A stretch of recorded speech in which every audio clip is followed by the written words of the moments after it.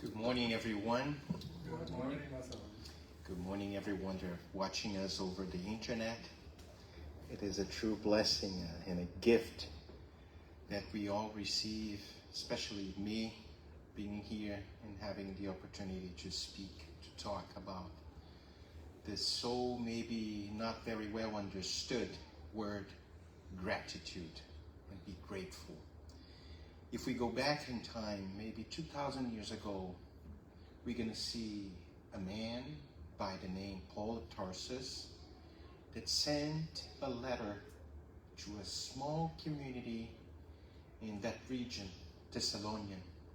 And the Thessalonians received that letter from Paul, and he states that be thankful. In everything, give thanks. It's kind of tricking, intrigue, the way that Paul sent this letter. And maybe with the perspective of one lifetime, this might be very confusing, because how can we be thankful seeing what is happening in the world? So many wars, so many discussions, so many wars, not in the grand scale, but in the small scales. We see this confusing world in turmoil, and maybe inviting us to a more extent and more anguishing state of war that we all see in the newspapers. How can we be thankful, and with this feeling of thankful inside of our hearts? But we're so accustomed to be complaining about everything. It seems to be that it's something like a rhythm of many incarnations. We go back to the same mental mode, complaining. If it's raining, we complain it's rainy. If it's sunny, we complain, oh my God, it's sunny. It's too cold, oh my God, I'm feeling anxious to be hot again, especially in South Florida. So we complain to so many things. And it looks like we are like, oh my God, we are designed to be the ones that are complaining all the time.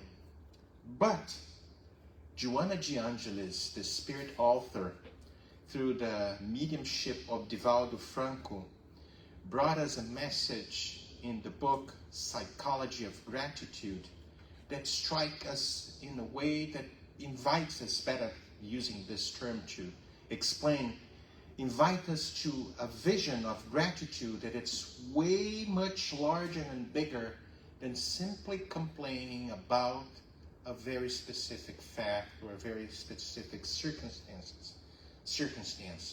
Joanna de Angelis is bringing us an inner feeling of being grateful and connect us to a much bigger picture and invite us a reflection that we are trying to maybe sharing a few slides with you. We can maybe design the state of mind that we all are immersed, and inviting us, especially through the lens of Spiritist teachings, to see something much broader, much higher in the destination that we all are entrusted, even though we don't already acquire and grasp all of this. I don't know if it makes sense what I'm trying to say, but what Joanna brought us in these beautiful pages, and I'm going to share content from Joanna de Angelis and Leon Denis, bringing us the sense of gratitude and trying to explain why so many things happen to us. Of course, we are living in the world of trials and expiations. This is a state of mind, and this is the moral stage that we are parked. I don't know if that's the right word to say. Maybe David's going to correct me in the future so I can maybe address better, using better words to explain exactly what I'm trying to say and to put up to you. But you want to bring us something in this book, The Psychology of Gratitude, that the feeling of gratitude is the result of the psychological maturity of the individual. And this feeling, when sincere and true, enriches us with peace, joy, and confidence in life and in the future. with a vision of one lifetime, this doesn't make sense. Of course, I am suffering now. My life is miserable.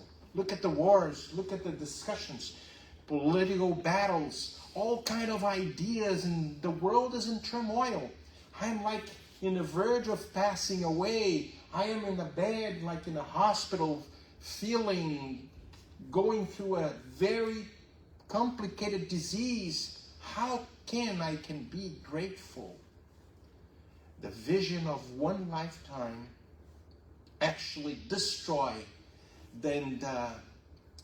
completely that small letter that Paul sent to the community of Thessalonians, asking them and inviting us 2,000 years later to be grateful for something that is happening to us, even though everything that is happening, it's pain, obstacles, difficulties. But let's try to embark in this vision, sharing a few slides so you can maybe grasp what I was trying to put together and presenting to all of you today. The ones that are online and the ones that are here physically present. Keep going. We're going to see on the pages of our daily bread on chapter 100. And Emmanuel brought us, let us give thanks. This is the title. And he brought us a piece of the letter of Paul that's sent to the community in Thessalonian. And he brings something that maybe denotes obstacles. The stone, the thorn, the bile, the fire, refuse. But he says, sending this letter to the community in Thessalonian 2,000 years ago, the stone secures, the thorn forewarns, bile heals, fire recasts, refuse fertilizes, the storm purifies the atmosphere, suffering redeems, illness warns, sacrifice enriches life, death always renews. Let us learn, therefore, to praise the Lord for the blessings He bestows on us. Good is the heat that modifies. Good is the cold that preserves. Two ideas that antagonizes each other, but it shows that every circumstance has its purpose. And because this analogy that Paul uses in this letter, he invites us to see that every situation and every circumstances that we are faced in at this moment enriches and teaches something that goes way beyond the punctual, that specific moment. Invite us to grow in another direction, not horizontal, in a vertical direction. Keep going on the book, The Problem of the Being and of Destiny by Leon Denis on chapter 26 that describe pain. We're going to see that our idea of happiness and unhappiness, of joy and sorrow, varies ad infinitum according to our individual evolution. As one evolves, one's aspect of things change.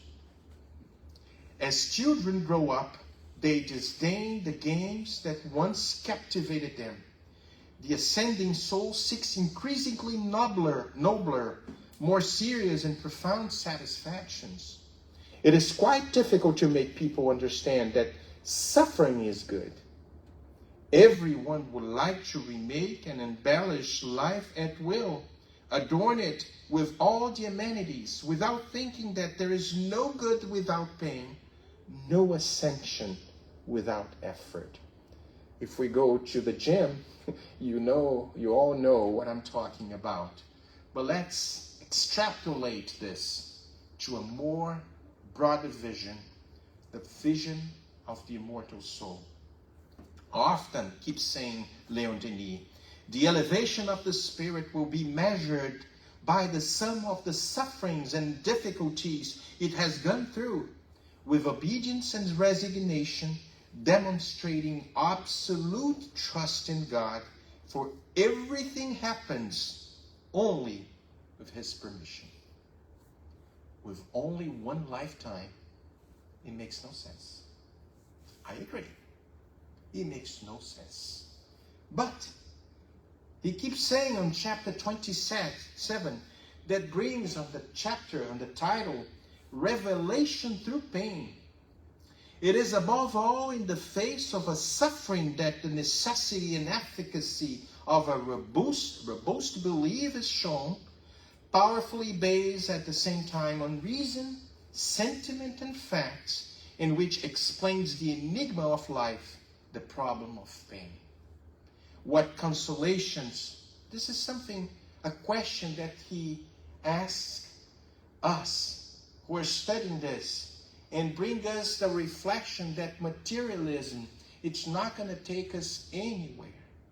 And he says, what consolations can materialism and atheism offer to people who are suffering from incurable diseases? What can they say to calm despair, to prepare the soul of the one who is going to die? Of course. What is going to say? What we are going to say if there's no end? There's an end. Like 6 feet above, under, above or whatever, elevated. Yeah. 6 feet under, there's nothing else. I was talking to a friend of mine and says like, Marcelo, I like the Spiritist teachings, really, but I can guarantee that when I pass away, it's not going to be a dark, everything is going to be dark, or I'm going to be floating on the cloud, singing with harps. It's going to be this kind of boring, or it's going to be empty. He says like, no, my friend. And of course, he jumped into the teachings, he studied more, he dived into more text, and he understood the necessity to develop a robust faith. It's not a blind faith, because blind faith is what makes us many people in the whole world to disbelieve in the creed of God. It's not a God like in the figure of a man. It's not a God that was, of course, because the lack of information and the lack of intellectual information, they describe this in the first pages of the Old Testament. But it's a God that it's in the supreme intelligence, the first cause, the infinite love that rules the whole universe, not only earth, bringing us the sense of continuity, bringing us the sense that we were created for love. And the obstacles that we are facing now, it's simply lessons to the virtues that can be arise inside of our souls and invite us to something marvelous. I know these are stages in life, and some may already experiencing this kind of blessing, this kind of exuberance of the conscious soul, and some may be in the first stages of this evolution, still grasping and maybe not understanding quite often, quite intense, the beautiful of what these pages are trying to bring us. Leon Denis keeps saying in the same chapter that what language will they speak to the father, to the mother kneeling before the cradle of a dead child, to all those who see the coffins of loved ones being lowered into the earth? Thus is shown all the poverty, all the insufficiency of the doctrines of nothingness. Pain, and he's not doing an apology of pain, because the Spiritist teachings, it's not a masochist doctrine. Absolutely not. But we are facing sometimes pains. We are facing sometimes obstacles. It's part of life. It's something just like the seed that it's entrusted in the face, in the heart of the earth, trying to disrupt the shell and go seeking for light. This is just, in this analogy, is us trying to break the shell that is still entrust us, and still encapsulate us inside of our ego, and invite us to discover the self that awakens us, that resides inside of us, waiting to be awakened. Pain, as said Leon Denis, is not only the criteria par excellence of life, the judge that weights characters and consciences and measures a person's true greatness, but it is also infallible means for recognizing the value of philosophical theories and religious doctrines. The best, keeps saying Leon Denis, the best doctrine, the best religion, the best body of knowledge of these will obviously be the one that comforts us, the one that tells us why tears are the lot of humanity, the one that provides the means to wipe them away. Through pain, we more surely discover the focus from which the most beautiful, the sweetest ray of truth emanates, the one that does not go out. There's a lot of food for thoughts in those lights, and especially when we read this whole book, The Problem of the Being and of Destiny. Leon Denis brings us a tremendous reflection and invites us to see where we are at this moment, even though there we are facing all kinds of obstacles, because be grateful for something that maybe it's brought to us to invite us a deeper reflection, to invite us to the connection, creature with the creator.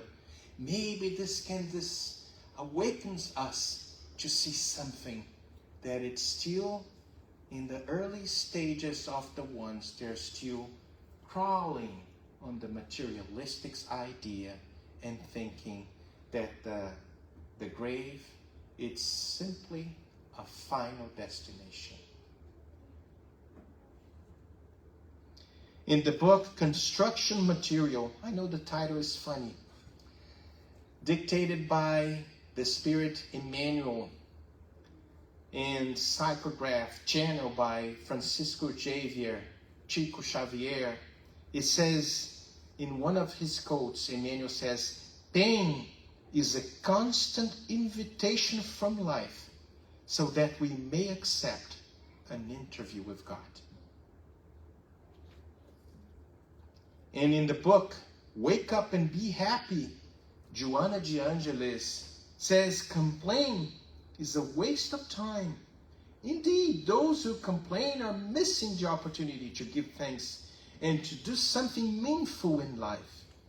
That moment of complaining leads us to no effective result, so it could be entirely dispensed with. We have two options. Sometimes when I say about be grateful to everything, I'm not saying that we have to be denying of all the complications and the problems that we have on the face of the earth. It doesn't mean that it means acceptance. It means, of course, when we see injustice, when we see something wrong, not be complaining, but we can be someone that move towards the indignation. Indignation doesn't exist. Indignation. We can be indignation. We can be indignate. Indignate. Thank you very much for the caption letters over there, directly from Manchester.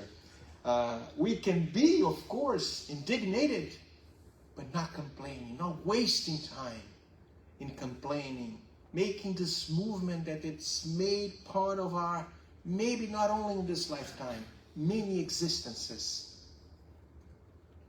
In the book, The Psychology of Gratitude, keep going, Joanna de Angelis brings us Among the noble feelings that characterize the psychological mature individual, gratitude will stand out as one of the most significant.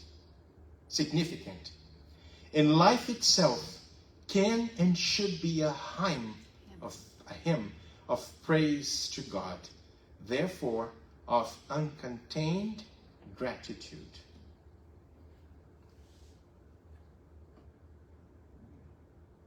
Keep going with the same book. Joanna is telling us, life, even though limited in the various expressions through which it manifests, is a challenge. Indeed, it is a challenge. And in constant unfolding in the search for meaning, seeking perfect identity in the balanced fusion of ego and self-access, we will realize that living and experiencing gratitude for everything that happens to us. Therefore, gratitude for life and for all the circumstances that accompany it, whatever they may be, for it is the child of spiritual maturity attaining. See how this is profound, and how can we walk through life not only developing the sentiments of being thankful for the obstacles that are being placed for us in our lives, because all these obstacles could be, if it's well understood, if it's well realized by the conscious soul, opportunities for us to see that there is like messages from God, messages from the above, inviting us through the law of cause and effect, because we have the sense of continuity, that we are facing a problem that needs to be resolved. And even though if this problem cannot be resolved in this lifetime, we have to understand that there is a lesson behind the scenes, on the backstage of everything, inviting us for something, a sentiment, a feeling, better well saying, of obedience and resignation. Nothing makes sense if we are simply making this analysis in one lifetime. Nothing makes sense. In emotional immaturity, where most of us find ourselves, we believe that gratitude is a form of repayment for the good of favors we have received, consisting of a return, at least in part. This is an analysis that Joanna is bringing us. Interesting. Of course, this also holds meaning, a very healthy one, because it operates in the realm of recognition. However, says Joanna, it is a convention, an effect of the market-driven exchange of supply and demand, or vice versa. Our instincts for the preservation of existence end up working in favor of immediate interests, and we act not infrequently resorting to retributive actions. Look at this interesting. I know when sometimes where, for example, a mother asks the child, says like, say thank you to your aunt. She gave you this present, and this, thank you, Aunt Janina. It's a brand of rice. I'm not doing any merchandise. Yeah, sorry. But the thing is, we usually use this kind of behavior in a form of retributive actions, so we can have like immediate, just like it says, like our instinct for the preservation of existence end up working in favor of immediate interests, and we act not infrequently resorting to retributive actions. We see this, right? We see this. But what Joanna is trying to invite us, it's a sentiment that it's way much profound that the simple social maybe behavior He says, like anyone it is something greater, the feeling of gratitude. It's something greater, for it brings satisfaction and has a psychotherapeutic character. Anyone who is grateful, who understands the meaning of real gratitude, enjoys physical, emotional, and mental health because they feel the joy of living. In every circumstances, in any circumstances, we feel grateful. And we feel really a child of God, being prepared for a true happiness. Going through trouble, going through obstacles, but being prepared to experience a true feeling of happiness that it's waiting to be awakened inside of our souls. It's something deep. It's a virtue that needs to be awakened inside of our soul so we can understand and maybe give examples, because we see sometimes with small complications, small troubles, complaining about everything. And we see sometimes a mother with a whole bunch of children, with lack of money, with difficulties, sometimes in the middle of a war in a distant country. These horrible wars are taking place everywhere. And even though, despite all the complications, that mother still shares a sentiment of gratitude in a respectful life, putting us maybe to shame because we are complaining about maybe my nail broke yesterday. Making this kind of comparison. See, we are in this country, beautiful country, that opened its arms to all of us. Most of us over here are immigrants. But my father used to say, we are all immigrants. Some came first, others came later. So in this beautiful country that provide us shelter, provide us food, provide us home, even though we complain a lot, and it's human to be complaining because that's the stage of evolution that we are here, breathing, eating, clothing, walking, having food.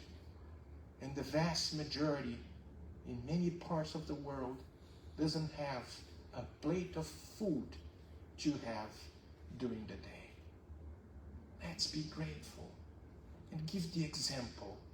So this ambience, this innermost ambience that we construct, that we built inside of us, not only be empty words, but be a feeling that resides inside of our soul, so we can walk through the life giving true examples of the ones that have the sincere feeling of gratitude for life, reverence for life, because it's a wonderful opportunity for the immortal soul to understand there is something marvelous waiting for us. Now, I'm going to bring the second portion of the book that I started to read on our daily bread. I only read the first portion of that comment that Emmanuel made from the letter that Paul sent to the Thessalonians. He says, in everything give thanks, for this is God's will for you in Christ Jesus.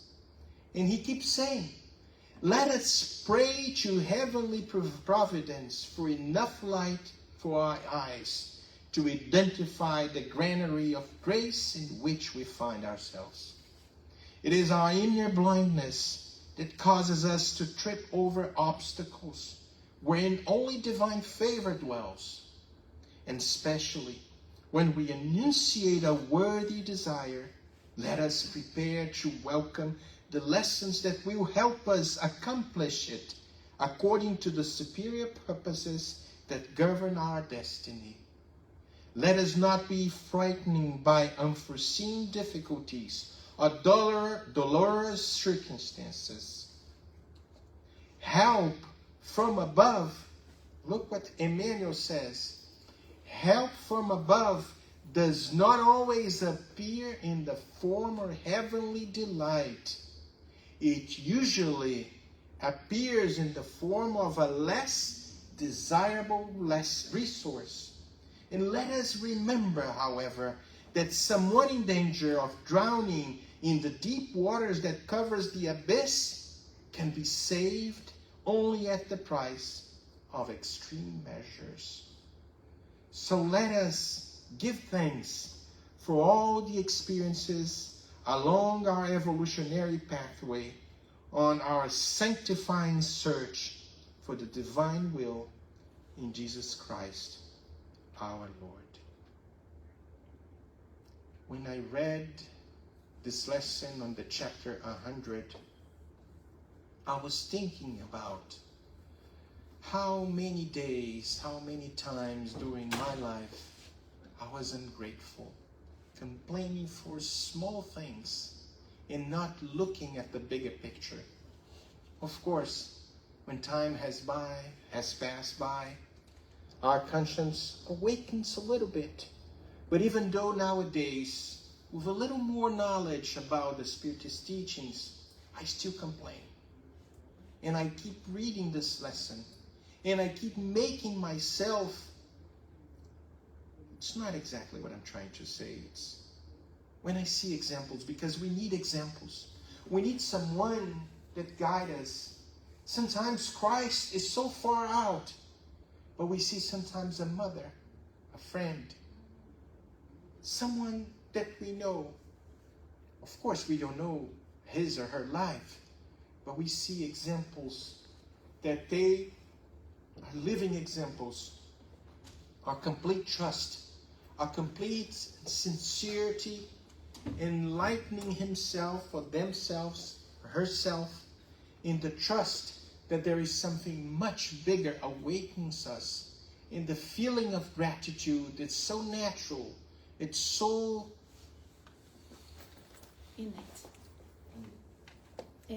innate that I says, oh my God, I want to be just like this guy, just like this girl, just like this woman.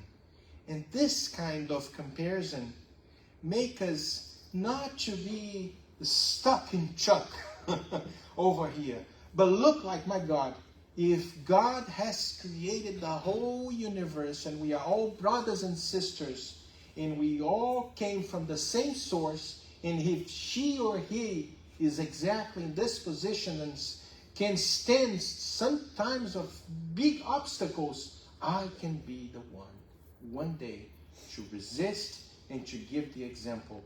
Not because I want my ego to simply look at how grand is this man, but to feel this real satisfaction that I won the big battle of all times, the eternal battle that still resides inside of our hearts. In the poem by Maria Dolores, sent by Francisco Cândido, psychographed by Francisco Cândido Xavier, the name is Gratitude. On the book Revived Poets, Chico brings this. The Maria Dolores Spirit brought this. I thank you, beloved soul, for all you have given. Fraternal aid, so generous and priceless. The roof, the light, the meal, the comfort, the clothing. For all of this, my thanks are endless. Above all, good soul, may God reward your friendly heart for your gaze of peace, which strengthens and blesses me on the path where I depart. You saw me in solitude, hope fallen, with no one near. You gave me support with your brotherly hand and raised me anew with a soul sincere. No words can define the gratitude that fills my being. With your help, I feel divine, the presence of celestial being. May God keep you in splendid light, the warmth with which you warm each soul, for you've restored in me the love's pure might, the blessing used to serve, and the strength to be whole. I once, a long time ago, I went to a dentist I was there to visit one of our friends, John Raphael, that you guys all know. John Raphael is a member of this Conscious Living, and now he's like a member of another institution, but we still like study together, right? And I said, like, John, I need to see something on my teeth, blah, blah, blah. I said, oh, come over here. I was there, and then by the end of the treatment, I says, like, how much I owe you? No, you don't owe me anything. No, John, you cannot say this. We have two different things, okay? This is your profession. You need to pay the rent or the mortgage or whatever the case may be. You have costs over here. We are friends, and I understand perfectly this. This is your profession. And what he said to me was something that brought me tears. And says like, and he was also in tears. What I received when I came to the center, my feelings of materialism, of the idea of nothingness before, after I die, was so profound. But years has passed by, and now I understand that I have a destination, and my spirit is immortal. What I receive in conscious living, what I receive studying with all of you, and I'm talking about me, I'm talking about the group, what I receive, I will never be able to pay you back, to pay you guys back. He put in the plural, to pay us, you guys. So, whatever you think this treatment cost, donate it to someone else. Because I am truly grateful for everything that I received during the course of these years. We hold each other, we embrace each other, and we cried in such a way. I saw in that man, in that sincere statement, a feeling of gratitude that shook me up. He was not trying to impress me and to show that he's very a charitable man. I saw him a desire, a feeling of retribution, of a gift that the Spiritist teachings gave it to him, bringing him the sense of continuity and showing him that even the obstacles that he's facing, and I don't know profoundly his life, these are simply obstacles they're going to forge, to carve a better spirit and prepare him to a better vision of life, bringing him a sincere sentiment of gratitude and a sincere sentiment of reverence for life. I wish you all a happy Thanksgiving, and may God bless you all.